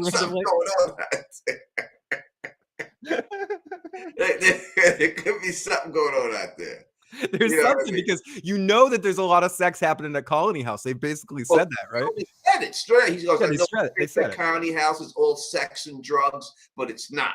Exactly, John Haymaker. That works 100% of the time, John Haymaker. That's a tried and true method. What, the pull out? Yeah, that doesn't. No, that's not true. How many years in this town? There should be at least like 100 pregnancies for the 30 years at least. If I was there, they'd be like, you're like, I'm to be honest, there'll be 100 for Tony. I got a motto. I'm going to make a shirt of it too. I got a motto. It says, "My couch pulls out, but I do not." I mean, when you're stuck in this town, let's truth be told, like I'm doing the same thing. I'm probably in Colony House. I'd like to say here, sitting here talking on this stream right now, that I'd be one of the people that I'm getting the hell out of here. I'm getting the hell out of here. But after a while, I'm probably getting institutionalized as well. And I'm hanging out in Colony House, smoking, having sex. If you go over there and you find a Fatima your own, or you find a Tabitha, I'm done. I'm done for life, Tony. Or anyone, you might get content with that shit. You might just be like, hey, get a talisman of your own just to put in the front door so you don't have to worry about those things. It's not so bad. I don't know why they don't clean the blood off the fucking walls. Like, there's blood splatter all over the fucking walls in the house that the Matthews, that the girl got killed. They just left that shit. shout that shit out. You gotta shout it out. I couldn't have that. I would have had to get rid of that without shouting it down. I couldn't be up in no room with no blood splat on it and shit and everything else. I mean, it's mood lighting. You know, you turn the lights down. You know, you forget about that. It becomes part of the scenery, Tony. You know, it's whatever. But yes, absolutely. Oh, we got someone that's finally catching us live again. Sharita, thank you so much or just Rita, thank you so much for checking us out live. Very much. Yeah, without a doubt, man. Just make sure you try. We're here every Wednesday at 7:15 to 7:30ish. It's around that time, but every Wednesday we're here doing this, you know, and then we're going to step it up soon. It's going to be stepped up. So, you know, try to get up in here because we're going to be stepping up. We're going to be doing 2 streams a week and may go up from that, may turn to 3 in the end because we'll have this stream. Then we'll have the pre-game stream and the after stream at Phil. So it's going to turn to 3. We're going to be stepping it up. So make sure you subscribe to both channels, man. Make sure you're subscribed up there. Don Tony Teflon TV for the Issues Guys channel. I'm very close to 16,000. Help me get over the edge to. And we got a new subscriber, Annabelle. Thank you so much and welcome to the family for joining us. Steph Snow is on my board. For Fatima, 100% sus. Twice as much as Phil and Tony, fellas. I'm starting to blush. Oh no, you're very sweet. Thank you to everyone. Oh, we got another text message that explains what a slaw is a shape. Oh, it's the fairy thing. A slaw is a shape-shifting fairy-like creature from Ireland that eats humans. Spring folklore and only attacks damaged people. So this is it's the fairy thing. It's the fairy. Let me see. How do you spell this thing? S. Yeah. L as in lick. Yeah. U as in underwear. Yeah. A as in apple. G as in God, H as in hit me. All right. Now, you did not have to say lick underwear. That was not necessary. To put those two things together. All right. But it's fine. It's fine. You're wearing a shirt called Ass Man. Don't judge, Tony.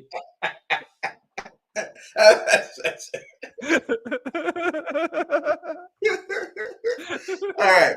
Wikipedia says the sloth or the host of the unforgiven dead in Irish and Scottish law. We'd have to bring in Lauren's Corner. This is Scottish folklore. She would know more about this. So they were the hosts of the unforgiven dead in Irish law, right? In the words of British folklore, in Western Isles law, or fairy hosts regarded as composed of the souls of the dead flying through the air and the feast. So they're saying that their ghost, basically, is what they're saying. It says a slaw were hosts of the unforgiving dead. In the words of the British, in the Western Isles of Scotland, the slaw or fairy host was regarded as the composed of the soul of the dead flying through the air, and the feast of the dead at Halloween was likewise the festival of the fairies. Okay. Usually taking a crescent form similar to a flight of gray birds, they were able to approach and pick up a person from any direction and transport them far away through the air, from one island to another. Although they sometimes would rescue humans from dangerous rock clefts, they were generally portrayed dangerous tomorrow. So in listening to this, it's not what we have in the show. No, but I can see where people are connecting some dots. So this is the whole thing. You can't take the parts that you want and not the full thing. Yeah, there's elements of that make sense. So you're like taking the parts that you want that say that it seems like this, you're cherry picking those parts, but you're leaving out the other parts. And that's why I would have a problem. I understand why you would say certain parts, and maybe they use some of this to create these creatures, certain parts of it. But when you look at the whole thing of what it actually is, we have not seen them pick anyone up and fly away with anyone yet. Thank you, Vincent, for joining the family. Thank you so much. You know what I mean? So this, That's one of the reasons why I don't get into the sloth thing, because the whole thing doesn't fit. It doesn't fit. Certain aspects of it does, but not the whole thing. So that's why I can't say it's done. Not this. Anyone can say that they want to, and anything else, but I don't believe that they are myself, because there's too many things that I just read that doesn't fit what we're talking about here. So me personally, I would say no to the sloth, but I understand why certain people would think that it is, but I don't think it's that. That's how I feel about it as well. I can see where people are connecting those dots. Tommy Guns Frank says, everyone watched the Twilight Zone episode, The Point of Origin. Dolphin Time also asks, have they tried capturing one in the show? An attempt was that ever mentioned? I forget. I would hatch a plan to capture one of those. I don't think it was mentioned in season 1, but perhaps that's something we might see in season 2. Who knows? No, they haven't, but I've said it, that in order to find out something, obviously Game of Thrones, you can watch Game of Thrones, they had to capture a white, right? They caught one eventually. This is what you have to do. Even in The Walking Dead, they've caught these zombies, right, Phil? They've caught them, they grabbed them up, they learned what they could do around them. They learned that they could walk around them. They open them up and they use the guts to protect themselves from the smell and shit.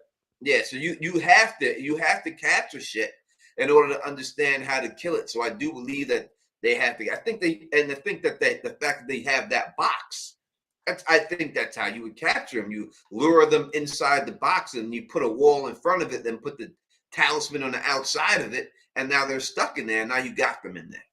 And I think, kind of like if you ever watched a movie called The Ghost in the Darkness, watch that. That's how they caught that lion in a box like situation like that. When the lion went through, the cage opened up around it and everything else. And I think it would be a situation like that, but just use the amulet and then that's it. Audible collections.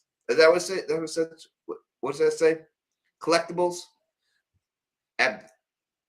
What's it say, Phil? You see it? No, I don't. On the screen? This person just subscribed? Oh, no, I did not see it. This is A-Dub Collectibles. Thank you so much for subscribing and welcome to the family. Truly appreciate it. I feel like the most subscribers we've gotten in the live stream ever. Yeah, no, that would definitely. I think more and more people are starting to get really excited about. We only have like 3 weeks before it starts, so it's about to jump off, and 3 weeks will fly by. You know what I mean? So it's about to jump off. Songbird is saying the crows Teflon. Again, I understand what you're saying about the crows. We haven't seen them crows pick nobody up. They too small for that. So I don't understand it. When we read it, it said specifically right here in it that they usually take a crescent form similar to a flight. So they're saying when they fly together and they take a crescent form in the sky like gray birds do. So there's multiple ones of them flying together, and it looks like a crescent up in the sky when they're doing it. We haven't seen anything like that from the show at all. Not once have they done anything. And it says here that the fairy's host was regarded as composed of souls of the dead flying through the air. We haven't seen any of these creatures fly in the air at all. Nothing. Yeah, we haven't seen no flying as of yet. No, not saying they won't, but we haven't seen that yet. It says, although they were sometimes, it says right here, although they would sometimes rescue humans from dangerous rock clefts, they were generally portrayed as dangerous to mortals. So we see some of them are good and some of them seem bad. We haven't seen one of these creatures be good yet. So I'm not saying that it's not there, but we'll see. We'll see. Right now, to me, I don't see it, but I'm not saying that it's not there. We'll see. We'll see what it is. Steph Snow asks, the part I can't wrap my head around is they spend a lot of time in the show thinking about how does everyone from all areas of the map end up there? Thoughts, Tony? How do they end up there? That's one of the big questions. Like, how do they do that in the sense of Lost? If we're comparing this to Lost, it makes more sense most times how people get to the island. Sometimes it doesn't, but most times, like at least the beginning in both cases. Spoiler alert for Lost. In both situations, they crash into the island twice in two different situations to get back on the island. So that's an easier way to get there. This way, it's very interesting. Like, at what point is it an active choice who gets picked to get brought in there, or is it more random? And then but it would make more sense if it was the first thing. Like, they have to know who's about to be taken. Yeah, I think that it's easy. Listen, they're telling you the answer right there. They told you straight up that they all came from different locations throughout the United States, and they wound up in the same spot. The only way that's possible is through a wormhole. Yep, or something like that. Yeah, absolutely. That's it. A wormhole connects anyone from anywhere, right? If these people drove through a wormhole at some point, whether it was when a tree fell down and they turned back into the wormhole, some point they drove through a wormhole and they all ended up in this spot where they were supposed to, where they wanted them to be. That's how they rounded these people up. There's no other explanation besides. The only other one is very similar to that. It's just being oddly nitpicky in the sense of, if it's high sci-fi, it could be a transporter. They could have been warped, which is similar. Tony's basically saying the same thing in a different way. It's they've been transported through some sort of science. Science has transported them. It's probably not magic. It's science somehow that's transported. Yeah, it's definitely that. One second, let me grab something. Yeah, I'll jump back on. This show reminds me of something. We'll hold that question for a second, T, until Tony gets back. Big Daddy says they have to be there on Lost. Each person has to be part of the group. Kate delivers Claire's baby in the sideways, yet they all need to be back on the island at the right time in the right moment to connect into it, so that they can all be there to fight against the Dharma Initiative backward stuff and deal with polar bears and deal with the battle of good versus evil in the island of Jacob and the Man in Black, to all eventually die and join the afterlife together because they're waiting for each other, and Jack's one of the last ones to go. And then Hurley becomes Jacob. And yeah, I just spoiled fucking Lost. There you go. You don't have to watch it. You're welcome. Okay, so Steph Snow says, oh, there's Tony's back. Tony's back. T has a question for you, Tony. Tony, what do you think the symbol Jade keeps seeing? What is the symbol Jade keeps seeing? Yeah, next video, I'll put that out there. Awesome. Check that out, T. That'll be Tony's next video. Yeah, next video, that'll be in there. But it's exactly. Who said that? It's science. But let's distract that with another message from the area code 916. Hello, this is the voice at 916 calling back again. I kind of have a question that's not quite on topic, but it is on topic. It's like a YouTube question. Do it. Tony, you put up such good content on everything you do, especially from and us discussing and talking about our different theories and ideas about what's to come in season 2. But my question is, if we rewatch some of the videos and the like on it, do you get credit for that? Or how can we boost up the algorithm for you?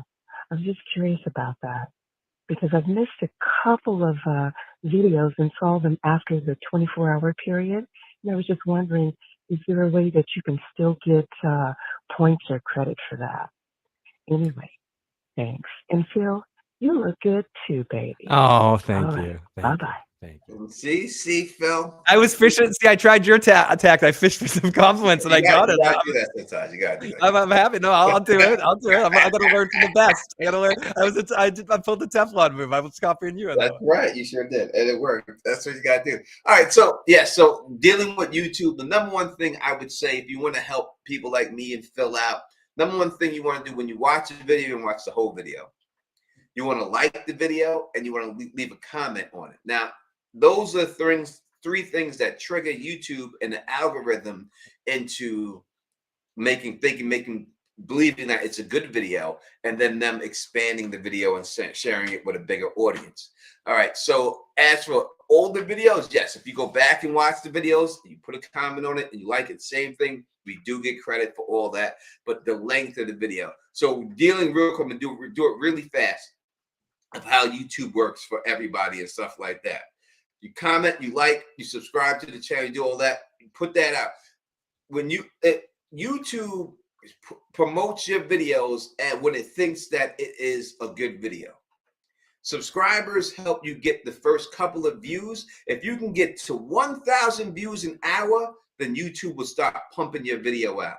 So that's what you're looking for. So when you have subscribers, you're looking for 1,000 active subscribers that's going to watch your video. The first hour it comes out, whether it's 5,000 or anything, but 1,000 is like the minimum. When you do get that 1,000 views in that 1 hour, then YouTube just starts pumping that video right out there saying, oh, this is a popular video, let's put it out there. So when you see someone like, say, Mr. Beast, and he's getting 50 million views a video, that's because YouTube has put that video in front of 500 million, 700 million people. So when you see my videos and they get like 8,000 views, that's because YouTube put my video in front of like 20 to 30,000 people, and that's it. So in order for them to put that in front of more people, within those views that I got, I need to get more comments and more likes. Usually the likes, the key is 500 likes. You want to get up to 500 likes in a certain time, and you want to get a lot of comments. When you get those things, then that's when they start pushing the stuff out, and that's where it is. So that's how you help, and that's how you get it out there. So yes, you can go back and watch it, but you watch the full video, and you watch the full video. Don't turn. You have to watch the full video, and then after that, you have to like and comment on the video. That pushes it out there. Definitely. I do not have From videos yet. Tony got me into From at the later half of last year, and I binged it right at the end. I think there was like 2 or 3 weeks left in the season when I started joining Tony on his stream. And but I will be doing From stuff this year. I'm probably put out a From video either once the season starts or maybe one before that. But I'll be doing post-show after streams on the episodes and talking about it as well. I'm going to try to get my buddy Joe to watch it as well. Yeah, so Phil will be doing the post, I'll be doing the pre, and that's so we'll keep going and stuff like that. So we'll keep it going. Phil's a long-form YouTube channel that live streams all the time. So he does a lot of other shows and everything else. So definitely check out his, if you're into other stuff too. So there's a lot of other shows and all that good stuff there and everything, and like Sopranos and everything else he does. So definitely check it out and stuff like that and everything else. And one day we'll do The Wire and Gold. Yeah, we will do The Wire and Gold. We do have to bring in LT Giles on that because he's been. Oh yeah, I'm down. LT's good people. LT's 6-7 years he's been asking me to do that. It's someone from Phil's channel up in the building right here. And do you think they'll put From on Blu-ray or DVD so it will reach more people? A couple people have been asking versions of this question, Tony. Amazing show. I love the show. I don't feel like the promotion, not enough people know about the show. Will it ever get that either Blu-ray release, which I think would be good for it, but really what I think both of us want is Amazon or Netflix release? I'd rather do Amazon because they own MGM. Amazon owns MGM. It should be on Amazon. I don't know why Amazon just doesn't absorb the whole MGM and just put that MGM on part of Amazon. If this show was on Amazon, like just on Amazon, just like it would be the biggggest show on Amazon. It would be. It would be bigger than The Boys. It would be bigger than Invincible. It would be the biggest show on. It would be bigger than Outer Range. It would be much. They wouldn't even have to have Outer. No offense against Outer Range. Someone asked us when it's coming back. I don't know. I'm gonna watch. I don't know if I'm gonna talk about it, but I'll watch it. I'll talk about it. I like Outer Range. I like it enough to jump on a stream, but I'm not gonna watch it every week. I like Outer Range. I like The Peripheral too. The Peripheral I liked better. The Outer Range, I like the start of the season. It got a little too Twin Peaksy by the end. It got like really weird, like someone's dancing with a goat in the middle of the forest and jumping in a hole. Like it got a little weird towards the end. That's the other episodes released weekly. So last time they released the first 2 episodes, and then everyone after that weekly. So they may do the same thing, release the first 2 episodes and then do everything else weekly. But it was a weekly release. It was not a binge show, which is good business for me. Yeah. If it was a binge show, and be honest, I wouldn't be covering it right now because there'd be no sense in me covering it. That's why I don't cover shows from Netflix, because I'm here speculating about what's going to happen next episode and things like that. You don't get that. When you want to have an event show, it has to be a weekly show because you have to build up drama. And when you in Netflix, the whole thing, like say The Witcher or something like that comes out, you may have buzz for 2 weeks, and then the buzz is gone because everyone's watched it. It's over in 2 weeks. When you do it this way, you got buzz for 10 weeks, 8 weeks straight. You got people talking about a show. So you have to have that there. Tony, I've talked about this a few times, and a couple of places have experimented with this format. They're probably listening to me. But I think even if you do a binge show, or in the future, what I would like to see binge shows do for our sake, for you and me, just for you and me, is if you're going to release a binge show, 10 episodes of a show right all at once, don't release it all at once. Take 10 days and release one episode a day for 10 days. That gives me at least the option, if I want, to cover like a short video on it every day and kind of do some speculation over the course of 24 hours. Or out of like 2 weeks, release the 10 episodes. They should just shorten the cycle a little bit, so you're not having to wait week to week, just a couple of days. I'm just saying with those binge shows, that would just be a slightly better way of doing it for the purposes of, and people are saying, I don't give a fuck about you covering it. I like binging shit. But it does. Like I tend to stay away from those kind of shows too, because it's tough to talk about them because they all come out at once. Either you talk about the day that they're out, or it just disappears. I also feel like from breaking down an episode by episode thing, you miss things. Like I couldn't tell you really what happened in episode 5 or 6 of Daredevil, but I know how it began and how it ended, and I loved this show because I binged it every time, and I can't remember those middle episodes. I zone out on those middle episodes. Yeah, you have to be able to go back, take a look at this, take a look at that, and do all those things, and you can't do that in a binge. So it doesn't. I like binging for my own benefit of watching. Personal preference. I wish I had every episode right now, and I could watch more right now. If you never did any of this, if you were still rocking stages with a microphone and doing all that stuff, and you never did this, you would probably want to binge everything. At least I would. I'd like wait. I love it. I love just sitting in the living room or in my bed and watching the whole season. That's one of my favorite things to do. But for YouTube purposes and community purposes, it's not the right thing to do. And just beyond that, just talking to your friends about TV.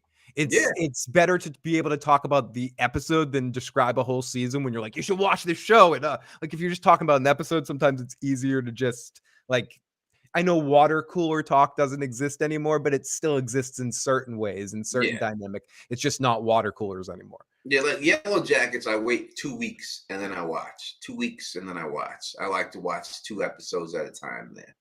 I don't look forward to watching it every week. I like Yellow Jackets, but I don't look forward to watching it. You know what I mean? I would like to review Yellow Jackets, but too many people jumped on the Yellow Jacket. Will you cover the final season of Stranger Things?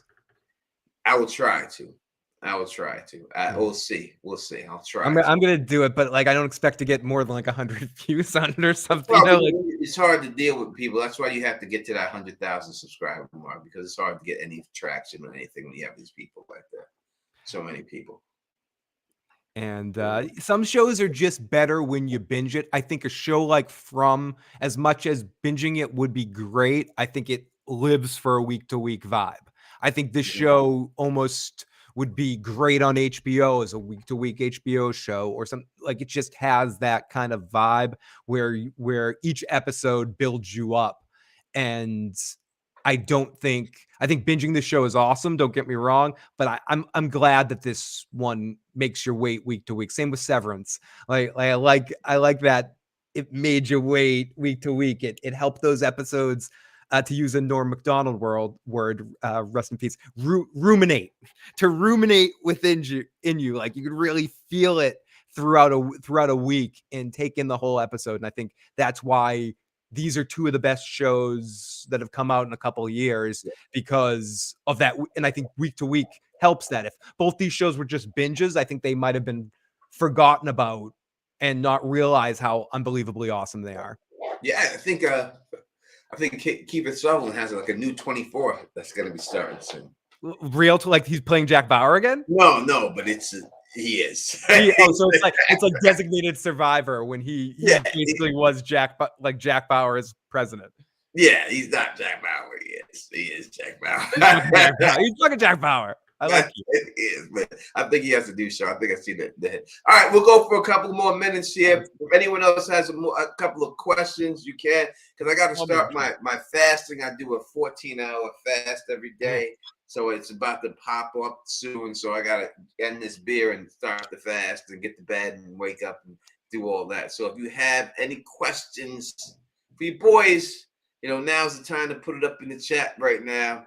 Severance was really, really good, and You got to really pay attention. You got to think it's a big show to watch. Yeah.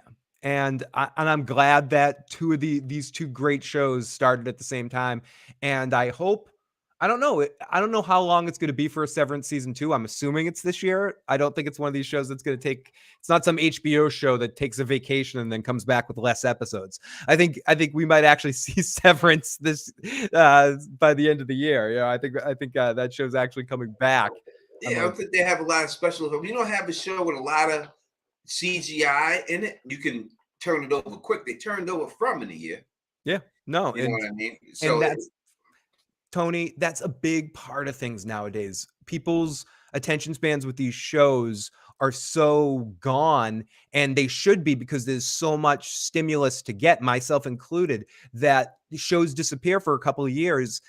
They can be big, but you do lose some of that momentum. Invincible is a great example of that. That came out, it was big for a bit, and it's almost disappeared. And now the next season's still not going to be around till like December or something. And it's just, by the time that comes out, if you forget about a show like From now doing two seasons in a row, and if it can come back every year for 5 years, can really start to build momentum.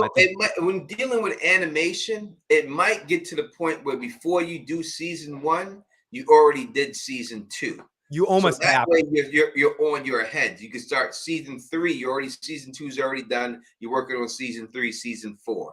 You know what I mean? Or something like that. They may have to do something like that, but maybe they don't want to cough up the money for shows like that. And thank you, Dalvin Times, for that binge From and 1 week without Teflon. Would never seen the show. Kept seeing this damn thumbnail. Same. I tried to run the hype train for it and get people into this show. You know, I tried my best to get people into this show. Yeah, you definitely got me into it. I wouldn't have had this show on my radar at all.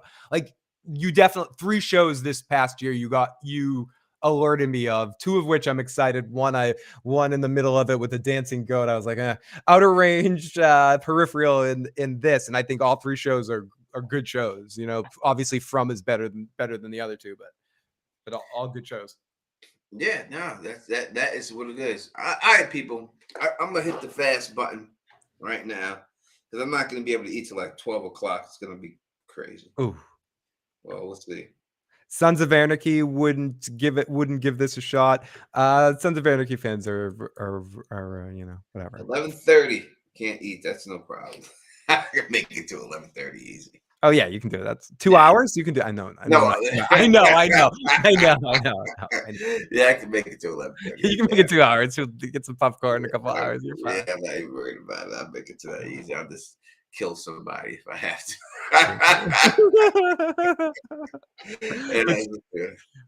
Cybertrade King, you're triggering me with some Gemma thoughts right now. I'm like, I want to show them. A lot of you people don't like the shows that make you think. When I was younger, there was a show called Murder in Small Town X that made me think. I definitely like shows that make you think. I do too. But those are like, so I explained. Mayor of Easttown was a show like that for sure. Yeah, I give it like this. I say it like, From is like, you heard me say it before, like a great bowl of cereal. You can eat that bowl of cereal in the morning, afternoon, or at night. You can snack on it. It could be a meal. It could be whatever you want it to be. Severance is like a porterhouse steak dinner. It's beautiful. It's a great dinner, but you can't eat it all the time. You can only eat it once in a while. It's a lot to take in. And I think that's what the difference is between these 2 shows and stuff. You know, it's like that. So they're both great in their own way, but you know, you got Severance. There's a lot to take in there. You know, you gotta really be like, all right, let me sit down and watch the show. Dude, absolutely. It's you saying that reminded me of something like, I could just watch Goodfellas on in the background at any point in time, because it's just whatever. Like if I'm sitting down to watch The Godfather, you're putting in time and effort. It's a day. It's when I'm sick or something like that. And I'm just home for a couple days, and I can watch the saga. You know, like you have to put the time and effort. And I agree. Severance, as much as I love it, I watched it once. I haven't watched it a second time yet. From I've watched twice. I'm getting ready to watch for a third time. Yeah, I've watched From 80 times, and I could do it anytime I want. You know what I mean? So that's what it is. I still go through and watch certain things and everything else. So now I could just constantly watch it and everything else. All right, my people, I got to get to bed. and everything else. Phil, do you have anything coming up specifically in your channel? This Sunday, Joe Dirty Locks and I will be talking about the most recent episode of Captain Picard. 6:30 on Sunday evening, 6:30, 6:45-ish. We'll be talking about Picard, the remainder of the last couple of episodes of the season, and then next Thursday evening, but I'll be back here before then. But next Thursday evening, Matt and I will be doing the first episode of season 4. It's only been 8 years, and we're finally to season 4 of The Sopranos. The first episode of season 4, we'll be doing a live watch and commentary. So join us for that. Michael Parker says, "Is this stream live?" I mean, maybe the fact that I said that tells you exactly what it is. Tony, it reminded me of like the Spaceballs thing. Are we now? What time in the video are we now? We're now. This is now. When are we going to be there then? All right. If you like the way I do this, please thumbs up the video, spread this across the realm, and of course subscribe. And until next time, you know who it is. Peace and stay sexy.